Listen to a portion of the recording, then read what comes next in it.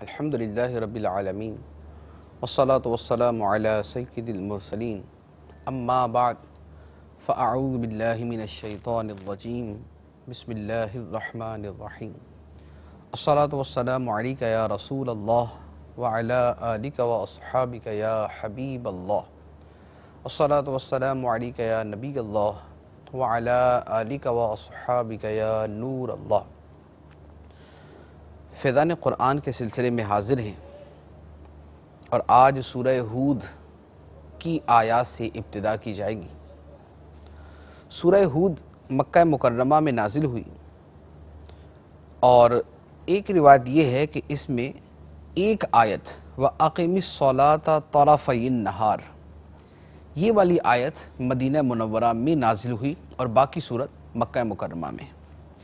اس سورت میں 10 رکوع ہیں اور 123 آیتیں ہیں۔ اس سورت کی آیت نمبر 50 سے لے کر آیت نمبر 60 تک حضرت ہود علیہ السلام کا اور ان کی قوم عاد کا واقعہ بیان ہوا، اسی مناسبت سے اس کا نام سورہ ہود ہے۔ اللہ تبارک و تعالی ارشاد فرماتا ہے، بسم اللہ الرحمن الرحیم، الف لام را کتاب احکمت آیاتہ ثم فصلت من لدن حکیم خبیر۔ الف لام را حروف مقطعات ہیں جن کا معنی اللہ جانتا ہے اور اللہ کے رسول صلی اللہ علیہ وآلہ وسلم جانتے ہیں۔ کتاب احکمت آیاتہ یہ ایک کتاب ہے جس کی آیتیں حکمت بھری ہیں، پھر انہیں حکمت والے خبردار کی طرف سے تفصیل سے بیان کیا گیا ہے۔ یہ قرآن جو ہے یہ ایک کتاب ہے جس کی آیتیں محکم ہیں۔ اس کا ایک مطلب تو یہ ہے کہ اس میں حکمت بھری ہوئی ہے، اور ایک مطلب یہ بیان کیا گیا ہے کہ احکمت کا مطلب ہے کہ اس میں لفظی اور معنوی اعتبار سے کوئی غلطی نہیں، یہ ہر اعتبار سے محکم اور مضبوط آیات ہیں۔ اور یہ حکمت والا قرآن جو حکمت والی آیات پر مشتمل ہے، یہ حکمت والے خدا کی طرف سے نازل کیا گیا ہے۔ اور پھر اس کے نزول کے بعد اس قرآن کی آیات کی تفصیل کی گئی ہے، یعنی اس میں اجمالی بیان بھی ہے، پھر اس کی تفصیل بھی بیان کی گئی۔ اب وہ تفصیل کیا ہے کہ اس میں تفصیلی احکام کیا دیے گئے ہیں، وہ اللہ تعالیٰ نے اس کے بعد اگلی آیت میں بیان فرمائے۔ ارشاد فرمایا، اللہ تعبدوا الا اللہ اننی لکم منہ نذیر و بشیر، کہ تم صرف اللہ کی عبادت کرو، بے شک میں تمہارے لیے اس کی طرف سے ڈر اور خوشی کی خبریں دینے والا ہوں۔ وَأَنِ اسْتَغْفِرُوا رَبَّكُمْ ثُمَّ تُوبُوا إِلَيْهِ يُمَتِّعْكُمْ مَتَاعًا حَسَنًا إِلَىٰ أَجَلٍ مُّسَمًّى وَيُؤْتِ كُلَّ ذِي فَضْلٍ فَضْلَهُ وَإِن تَوَلَّوْا فَإِنِّي أَخَافُ عَلَيْكُمْ عَذَابَ يَوْمٍ كَبِيرٍ۔ اور یہ کہ اپنے رب سے معافی مانگو، پھر اس کی طرف توبہ کرو تو وہ تمہیں ایک مقررہ مدت تک بہت اچھا فائدہ دے گا، اور ہر فضیلت والے کو اپنا فضل عطا فرمائے گا، اور اگر تم منہ پھیرو تو میں تم پر بڑے دن کے عذاب کا خوف کرتا ہوں۔ اِلَى اللَّهِ مَرْجِعُكُمْ وَهُوَ عَلَىٰ كُلِّ شَيْءٍ قَدِيرٌ، اللہ ہی کی طرف تمہارا لوٹنا ہے اور وہ ہر شے پر قادر ہے۔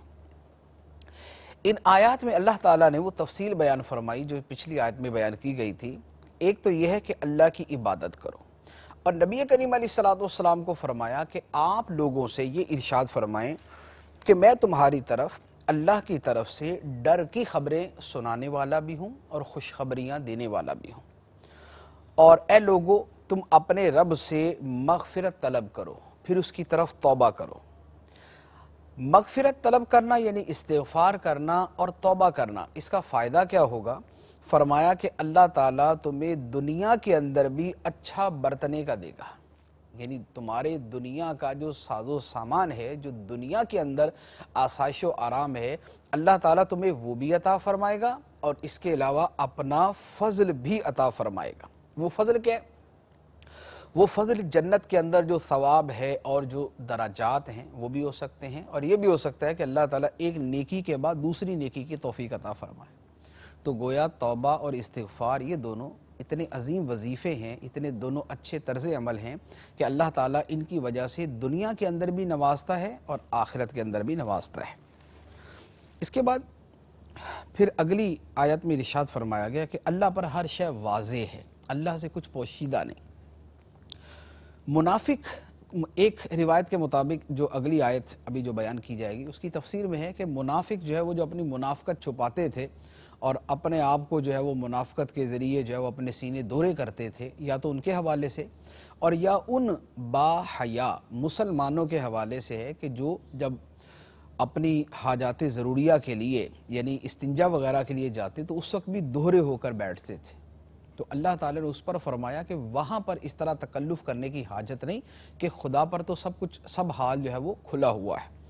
چنانچہ ارشاد فرمایا الا انہم یثنون صدورہم لیستخفوا منہ الا حین یستغشون ثیابہم یعلم ما یسرون وما یعلنون انہ علیم بذات الصدور۔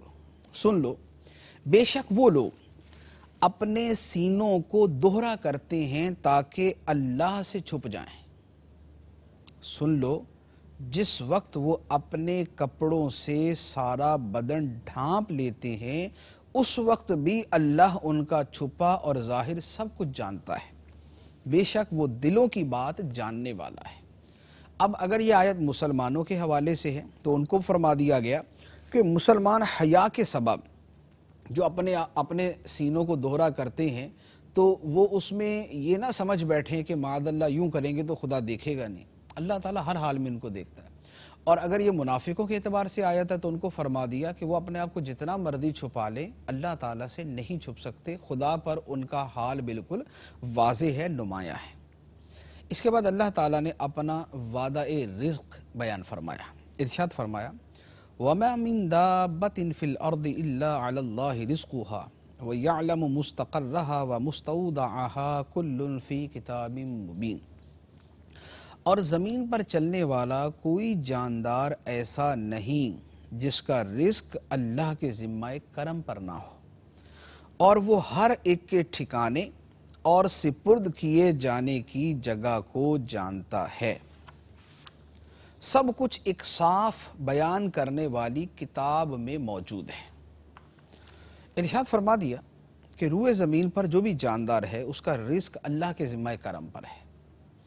جب تک خدا نے اس کی زندگی لکھی ہے تب تک خدا اسے رزق بھی دے گا، اور جب کسی کی موت کا وقت آ گیا اس وقت اس کا رزق بند ہو جاتا ہے۔ یہ خدا کا قانون ہے۔ لہذا جو بھوکا مرتا ہے تو اس پر یہ نہیں کہا جائے گا کہ خدا کے ذمے تو اس کا رزق تھا تو بھوکا کیسے مر گیا۔ بات یہ ہے کہ اس کی چونکہ موت کے وقت تک کا رزق لکھا ہوا تھا اور اب اس کے بعد اس کو موت آنی تھی تو اس کی زندگی ختم ہوئی، اور جو اس کی زندگی کا رزق تھا وہ ختم ہوا۔ جب تک اس کی زندگی چلتی رہی اللہ تعالیٰ نے اس کو جو ہے وہ رزق بھی اسے فراہم کرتا رہا۔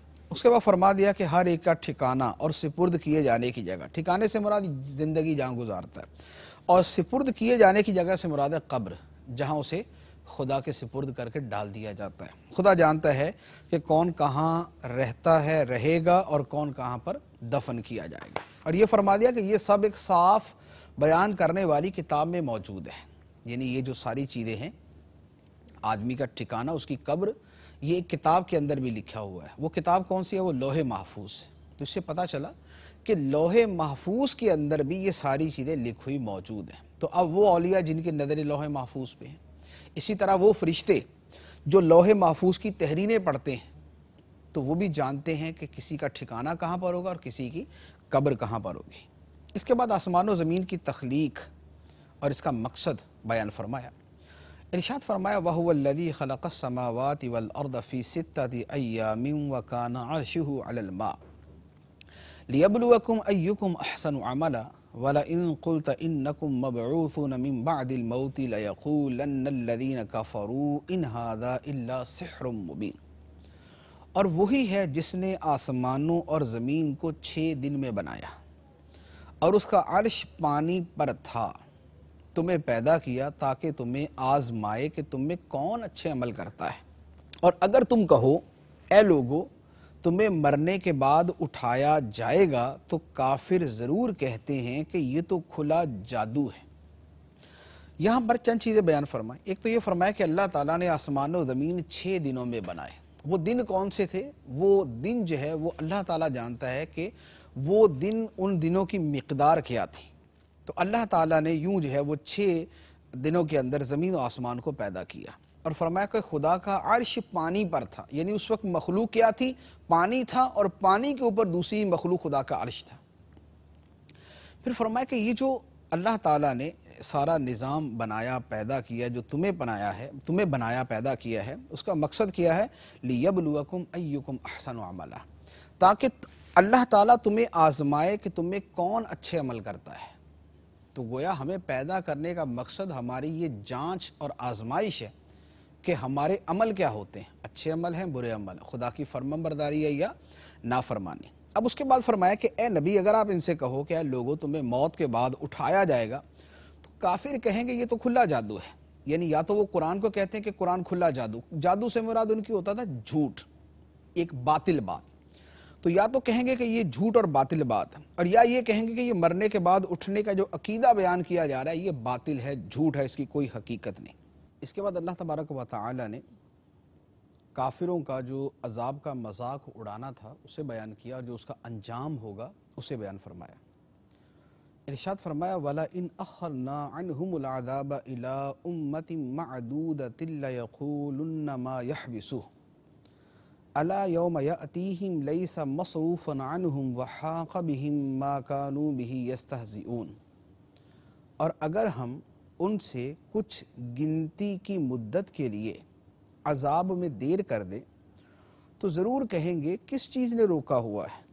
خبردار، جس دن وہ عذاب ان پر آئے گا تو ان سے پھیرا نہیں جائے گا، اور جس عذاب کا وہ مذاق اڑاتے تھے وہی ان کو گھیرے ہوئے ہوگا۔ مراد یہ کہ اب ہم ایک مخصوص مدت کے لیے ان سے عذاب مؤخر کرتے ہیں تو وہ یہ کہتے ہیں کہ کس نے عذاب روکا ہوا، آ جائے جو آنا ہے، ہمیں تو عذاب کی کوئی پرواہ نہیں۔ تو ارشاد فرمایا کہ جس دن وہ آئے گا تو پھر پھیرا نہیں جائے گا، اور جس عذاب کا یہ مذاق اڑاتے تھے وہی عذاب ان کو گھیرے ہوئے ہوگا۔ اس کے بعد اللہ تعالیٰ نے لوگوں کی ناشکری کا انداز بیان فرمایا کہ انسان کی ناشکری کا انداز کیا ہوتا ہے۔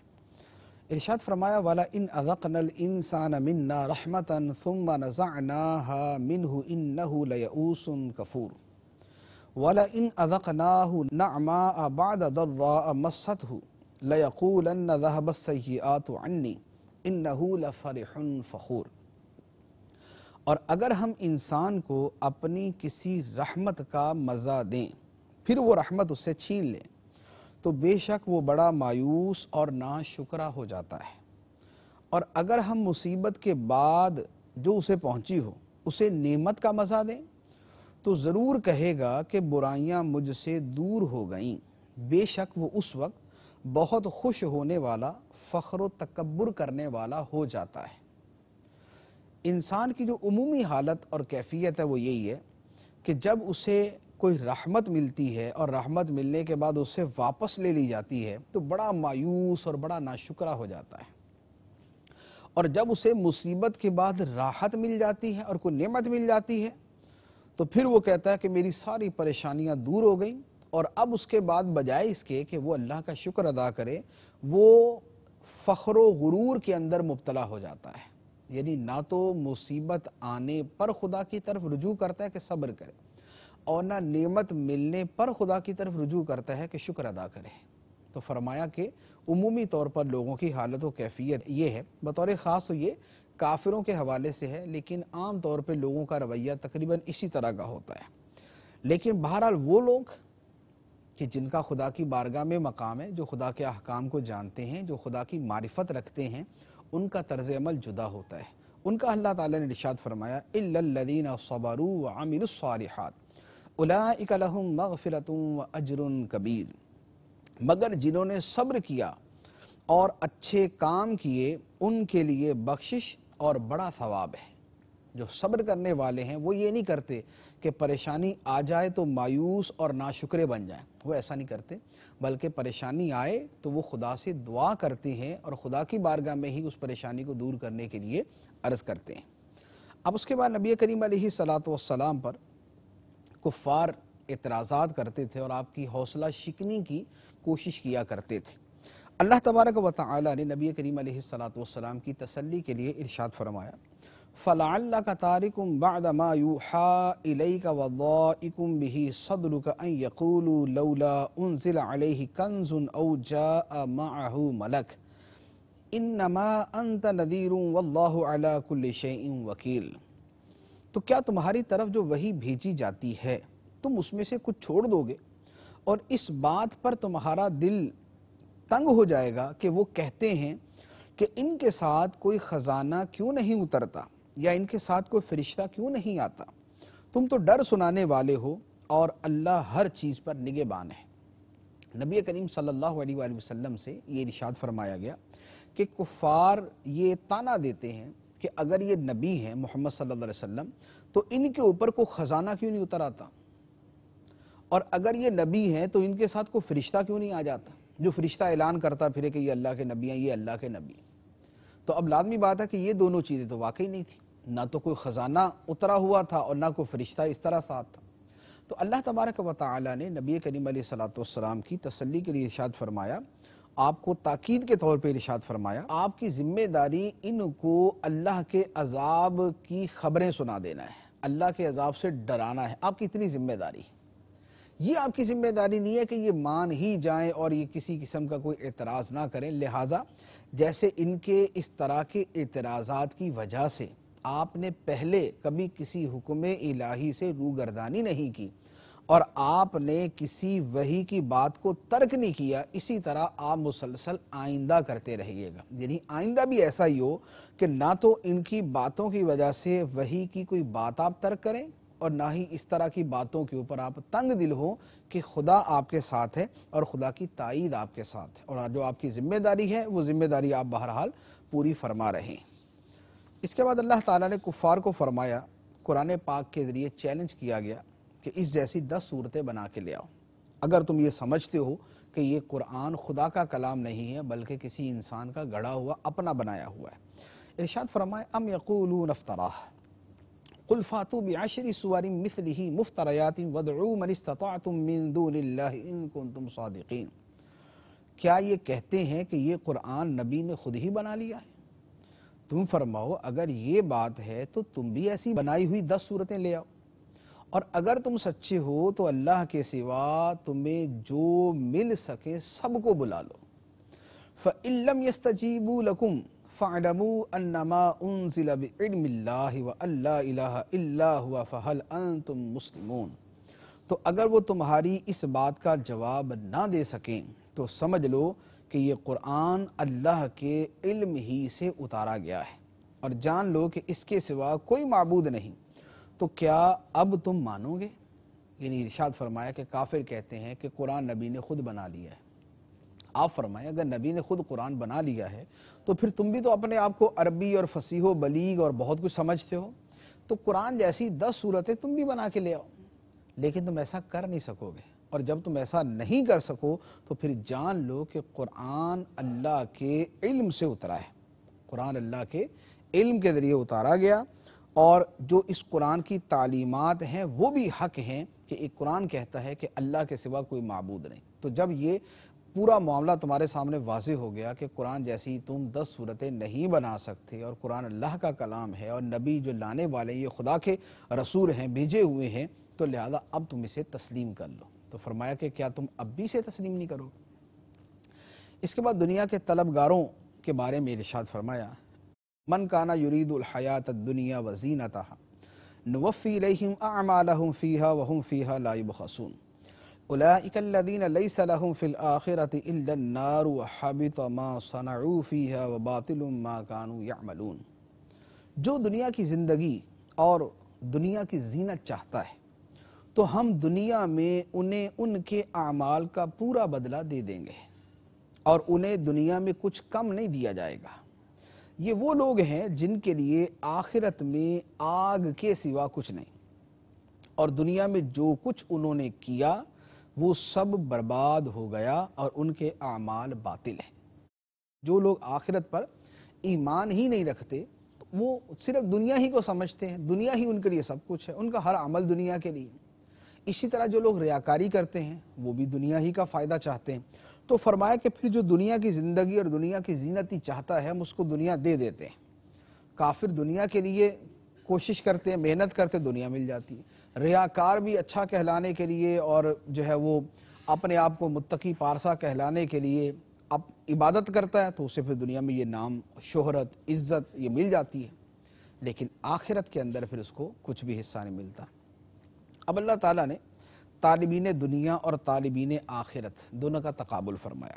ارشاد فرمایا افمن کان علی بینۃ من ربہ ویتلوہ شاہد منہ ومن قبلہ کتاب موسیٰ اماما ورحمہ اولئک یؤمنون بہ ومن یکفر بہ من الاحزاب فالنار موعدہ فلا تک فی مریۃ منہ انہ الحق من ربک ولکن اکثر الناس لا یؤمنون۔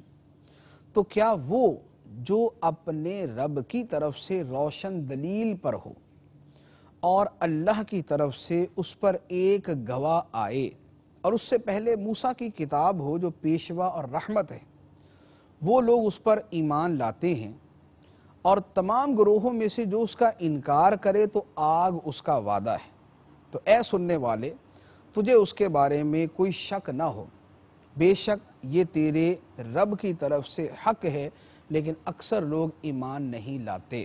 اس آیت کے اندر فرمایا گیا کہ دنیا کے طلبگار اور جو ایمان والے ہیں یہ دونوں برابر نہیں۔ ایمان والے کون ہیں، یا یہاں پر جس کی بات ہے اس سے مراد نبی کریم صلی اللہ علیہ وسلم ہے، اس سے کون مراد ہے؟ فرمایا کہ جو اپنے رب کی طرف سے روشن دلیل پر ہو، یعنی قرآن پر، جو قرآن کے راستے پر ہے، اور اللہ کی طرف سے اس پر ایک گواہ بھی آئے یعنی جبرائیل امین علیہ السلام، اور اس سے پہلے موسیٰ کی کتاب ہو جو پیشوا اور رحمت ہے۔ گویا تین باتیں ہو گئی، وہ روشن دلیل پر ہے، خدا کی طرف سے گواہ بھی موجود ہے، اور موسیٰ علیہ السلام کی جو اس سے پہلے کتاب موجود ہے پیشوا اور رحمت کے طور پہ وہ بھی موجود۔ ایک طرف تو یہ لوگ ہیں اور دوسری طرف ان کے مقابلے میں وہ ہیں کہ جو اس کا انکار کرتے ہیں۔ فرمایا کہ یہ مومنین اور منکرین دونوں آپس کے اندر برابر نہیں ہیں۔ اب اس کے بعد فرمایا کہ اے سننے والے تجھے اس کے بارے میں شک نہ ہو، بے شک یہ تیرے رب کی طرف سے حق ہے لیکن اکثر لوگ ایمان نہیں لاتے۔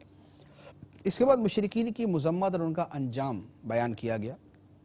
ارشاد فرمایا وَمَنْ أَظْلَمُ مِمَّنِ افْتَرَى عَلَى اللَّهِ كَذِبًا أُولَئِكَ يُعْرَضُونَ عَلَى رَبِّهِمْ وَيَقُولُ الْأَشْهَادُ هَؤُلَاءِ الَّذِينَ كَذَبُوا عَلَى رَبِّهِمْ أَلَا لَعْنَةُ اللَّهِ عَلَى الظَّالِمِينَ۔ اور اس سے بڑھ کر ظالم کون جو اللہ پر جھوٹ باندھے، یہ لوگ اپنے رب کے حضور پیش کیے جائیں گے اور گواہی دینے والے کہیں گے یہی وہ لوگ ہیں جنہوں نے اپنے رب پر جھوٹ بولا تھا، خبردار ظالموں پر اللہ کی لعنت ہے۔ تو یہ ظالم ہیں جن پر اللہ کی لعنت ہے۔ اب ان کا عمل کیا ہے؟ فرمایا الذین یصدون عن سبیل اللہ ویبغونہا عوجا وہم بالآخرۃ ہم کافرون۔ وہ جو اللہ کی راہ سے روکتے ہیں اور اس میں ٹیڑھا پن تلاش کرتے ہیں، اور وہی لوگ آخرت کا انکار کرنے والے ہیں۔ ان کا انجام کیا ہوگا؟ ارشاد فرمایا اولئک لم یکونوا معجزین فی الارض وما کان لهم من دون اللہ من اولیاء یضاعف لهم العذاب ما كانوا یستطیعون السمع وما كانوا یبصرون۔ وہ زمین میں عاجز کرنے والے نہیں اور اللہ کے سوا ان کے کوئی مددگار بھی نہیں، ان کے لیے عذاب کو کئی گنا بڑھا دیا جائے گا۔ وہ نہ تو سن سکتے تھے اور نہ دیکھتے تھے، یعنی کفار جو ہے یہ زمین میں خدا کو عاجز نہیں کر سکتے کہ خدا ان کو پکڑ نہیں سکتا، یہ خدا کی قدرت میں ہے۔ جب خدا پکڑ کرے گا تو ان کا مددگار بھی کوئی نہیں ہوگا، عذاب ان کا کئی گنا بڑھا دیا جائے گا۔ اور وجہ یہ ہے کہ دنیا کے اندر اپنی سرکشی کی وجہ سے نہ تو یہ حق بات سن سکتے تھے اور نہ حق بات کو دیکھ سکتے تھے۔ اولئک الذین خسروا انفسهم وضل عنہم ما كانوا یفترون، یہی وہ لوگ ہیں جنہوں نے اپنی جانوں کو خسارے میں ڈال دیا اور ان سے ان کے بہتان گم ہو گئے۔ لا جرم انہم فی الآخرۃ هم الاخسرون، یہ لوگ لازمی طور پر آخرت میں سب سے زیادہ نقصان میں ہوں گے۔ جنہوں نے شرک کیا، لوگوں کو اللہ کی راہ سے روکا، دین کے اندر ٹیڑھا پن تلاش کرنے کی کوشش کی اور آخرت کا انکار کیا، ان کی یہ وعیدیں ہیں کہ یہ مشرکین، منکرین، ظالمین، راہ خدا سے روکنے والے، دین حق میں ٹیڑھا پن تلاش کرنے والے اور آخرت کا انکار کرنے والے، نہ یہ زمین میں خدا کو عاجز کریں گے، نہ ان کا کوئی مددگار ہوگا، عذاب انہیں دگنا دیا جائے گا، آخرت میں خسارے میں ہوں گے، اور پھر خسارے کے اندر بھی بقیہ تمام سے بڑھ کر خسارے میں ہوں گے۔ اب اس کے بعد اہل ایمان کی شان بیان فرمائے۔ ارشاد فرمایا ان الذین آمنوا وعملوا الصالحات واخبتوا الی ربہم اولئک اصحاب الجنۃ ھم فیہا خالدون، بے شک جو ایمان لائے اور انہوں نے اچھے عمل کیے اور انہوں نے اپنے رب کی طرف رجوع کیا تو یہی لوگ جنتی ہیں، وہ اس میں ہمیشہ رہیں گے۔ یعنی ایمان والے، اچھے عمل کرنے والے اور خدا کی طرف جھکنے والے، اللہ کی بارگاہ میں رجوع کرنے والے، جن کے دل بھی خدا کے سامنے جھکے ہوئے اور جن کا سر بھی خدا کے سامنے جھکا ہوا، فرمایا یہ جنتی ہیں، ہمیشہ جنت میں رہیں گے۔ اب اس کے بعد مومن و کافر دونوں کا تقابل بیان کیا۔ ارشاد فرمایا مثل الفریقین کالاعمی والاصم والبصیر والسمیع هل یستویان مثلا افلا تذکرون، دونوں فریقوں کا حال ایسا ہے جیسے ایک اندھا اور بہرا ہو اور دوسرا دیکھنے والا اور سننے والا، کیا ان دونوں کی حالت برابر ہے؟ تو کیا تم نصیحت نہیں مانتے؟ یعنی کافر اور مسلم، فرمایا جو کافر ہے وہ اندھا اور بہرے کی طرح ہے اور مسلمان جو ہے وہ دیکھنے والے اور سننے والے کی طرح، کیونکہ وہ حق کو دیکھ رہا ہے، وہ قرآن کو دیکھ رہا ہے، وہ حقانیت کو دیکھ رہا ہے۔ تو فرمایا کہ کیا ان دونوں کی حالت برابر ہے؟ ہرگز ایسا نہیں۔ اللہ تبارک و تعالی ہمیں قرآن کا فہم عطا فرمائے، قرآن پاک کے احکام پر عمل کی توفیق عطا فرمائے، آمین بجاہ النبی الامین صلی اللہ علیہ وسلم۔